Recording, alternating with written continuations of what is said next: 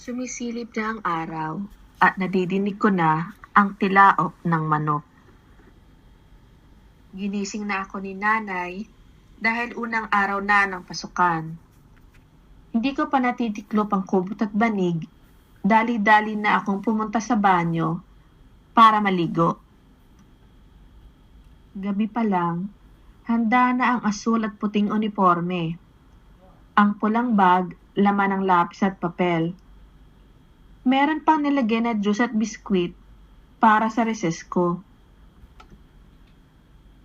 Mainit na pandesal at itlog ang hinanda ni nanay para sa agahan ko. Excited na akong pumasok sa paaralan!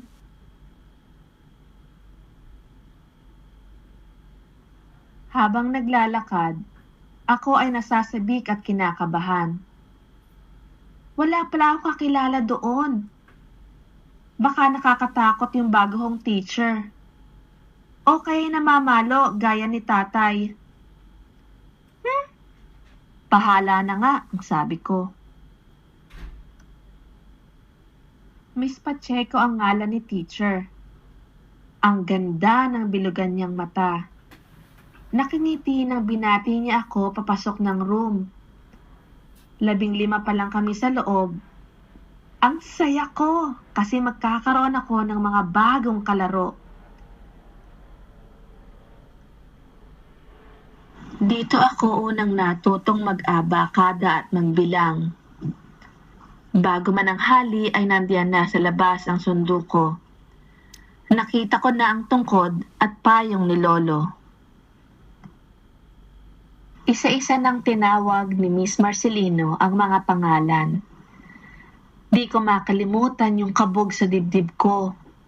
Kasi ako na ang susunod na magbabasa sa harap ng prinsipal. Istrikto man si ma'am, pero matiyaga niya akong tinuruang magbasa at magsulat gamit ang itim kong lapis. Ang kulit kasi nila Melchor at Joel. Lagi na lang nagsusulat sa desk. Hayan tuloy, tuwing Lunes ay nagdadala kami ng pakiling pang-isis ng desk. Kailangan maputi. Walang bahid ng sulat. Katatapos lang ng flag ceremony. Nakapila kami habang inihahanay sa labas ng pinto ni Mrs. Watenko ang mga putikang tsinelas at sapatos. Kalalagay lang kasi ng floor wax nila Benjo at Rani at pinakikintab ng lumang basahan ng mga row 2 cleaners.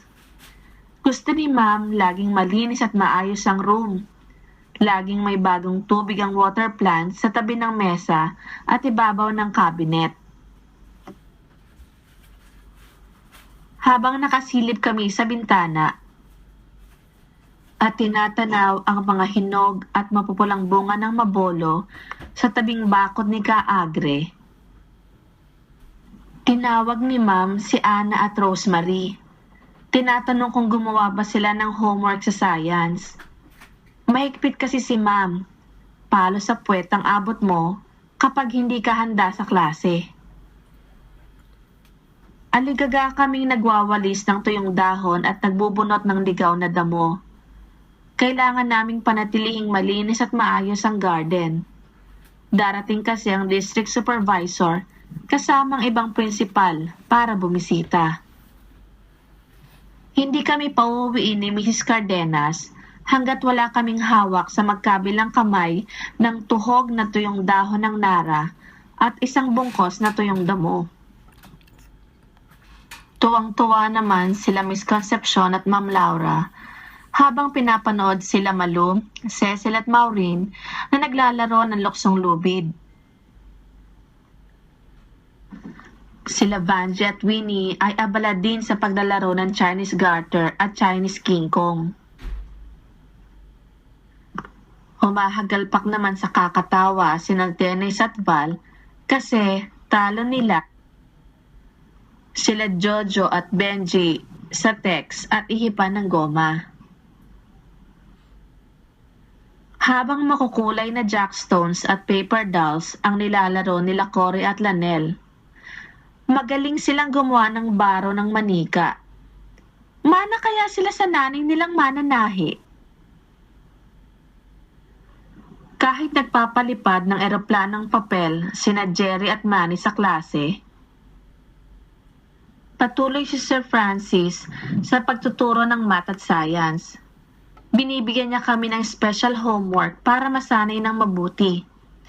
Hindi man kami pinalad na being champion sa Bulprisa, proud ako na naging kalahok sa taonang tagisan ng talino.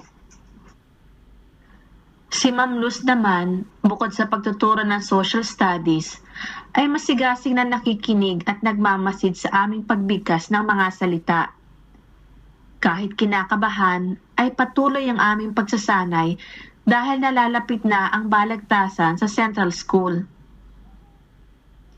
Salamat naman at napawi ang pagod at kaba dahil nanalo kami ng second prize.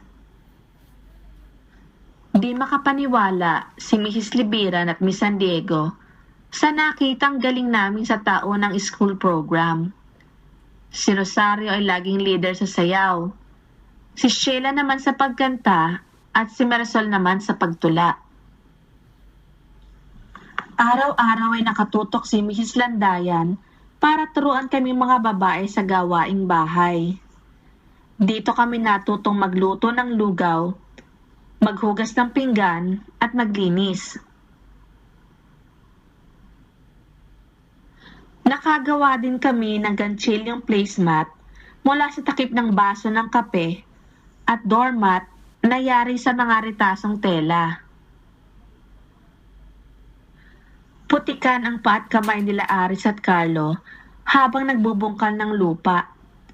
Itatanim na kasi yung pechay at sitaw sa likod ng shop. Habang sila Nini at Maricen ay nagtatanim naman ng San Francisco sa gilid ng gate ng paaralan. Ipinakita din ni Sir Francis kung paano magkumpunin ng sirang gamit at gumamit ng martilyo at plais. Mahirap at matagal mang kabisahin ang Region 1 to 13 ng Pilipinas. Kailangan naming gawin. Kasi sa susunod na linggo na kami magre-recite kay Mrs. Miranda. Ang tigas kaya ng pamalo ni Ma'am. Latay sa puwet kung humagupit. Pero ganun pa man, gustong-gusto ko na kumakanta kami bago mag-umpisa ang klase. Si Mrs. Kabuhat ang nagturo sa pagkumpas ng lupang hinirang at manumpa ng panatang makabayan. Sa init ng araw ay tagaktak ang pawis namin dahil pagkatapos nito ay merong exercise tuwing umaga. Buti na lang at napilit ko si tatay at pinayagan ako sa napakasaya at memorable na field trip ng Girl Scout sa Nayong Pilipino at Fiesta Carnival. Ang mga Boy Scout naman ay nagkaroon ng provincial jamboree sa Kapitolyo. Tuwing hapon bago umuwi ay bumibili kami ng samalamig na sago at melon at ano-ano pang chichirya kay Ka Eva. Nakaabang naman ng fishball, dirty ice cream at scramble sa harap ng gate. Gusto sanang bumili ni Clea ng isang tuhog ng fishballs. Kaya lang ay naghihintay na sa kanya si Camilet para umuwi. Habang naglalakad pa uwi, ay biglang bumuhos ang malakas na ulan. Tanga ng dahon ng saging ay basang-basa at dali-dali kaming tumatakbo. Naiwan kasi namin ni Cory ang payong sa bahay. Nakasukob naman si Jeanette sa asol na kapote ni Chris. Gusto ko pa sanang magtimpisaw sa naipong tubig sa gilid ng kalsada, subalit napakalakas ng kulog at kidlat at tila may namumuong bagyo. Naiwan pa sila Alvin, Michael, Vic at Efren. Gusto pa nilang ituloy ang larong sipa, habulan at luksong tinik. Si Randy, Leo, Lolit at Marichu naman ay nagpapatintero. Si Benjamin at Wilfred naman ay matiyagang nanghuhuli ng tipaklong at tutubi. Samantalang si Brian at Francis ay dali-daling tumatakbo papunta sa sapa para maligo at manghuli ng gurami. Dumating na ang pinakahihintay ng lahat. March 1988, ang aming pagtatapos. Lahat ay masaya, suot ang puting bestida at polo. Ang kintab ng itim na sapatos. Kinilig nga ako nung nilagyan ako ni nanay ng lipstick at makeup. First time kasi na makikita ako ni Crush ng ganito kaganda. Lahat ay nag-effort magbihis at mag-ayos. Lingid sa kaalaman ni tatay ay meron na akong hinahangaan at alam kong halos lahat kami ay may kanya-kanya ng crush. Ang iba ay nagpapahayag ng kani-kanilang paghanga sa sulat at tula. Ang iba naman ay diretsong sinasabi na gusto kita. Kinilig ako kasi meron ding humanga sa ganda ko. Bukod kay Jane at Rose na maraming nagkaka-crush, hindi rin padadaig si Beth at Sheila. Lahat kami ay nagagandahan at nagwagwapuhan ng gabing iyon. Kahit iilan lang ang nagkamit ng karangalan para sa natatanging mag-aaral, lahat tayo ay nagkamit ng tagumpay. Magkahalong emosyon ang aming naramdaman. Ang saya!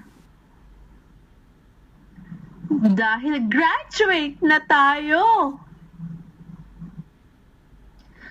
Lungkot kasi magkakahiwa-hiwalay na tayo. Kani-kanilang landas, iba-iba ng paaralan. Sadyang parang hinihila ang panahon. Lubhang kay bilis. Iba-iba na ang ating tinahak na landas. May mga ng ibang bayan, ng ibang bansa, at marami din naman ang nanatili dito sa ating lugar. Marami ang nanatiling magkakaibigan at ang ilan ay ngayon na lang uli nagkatagpo.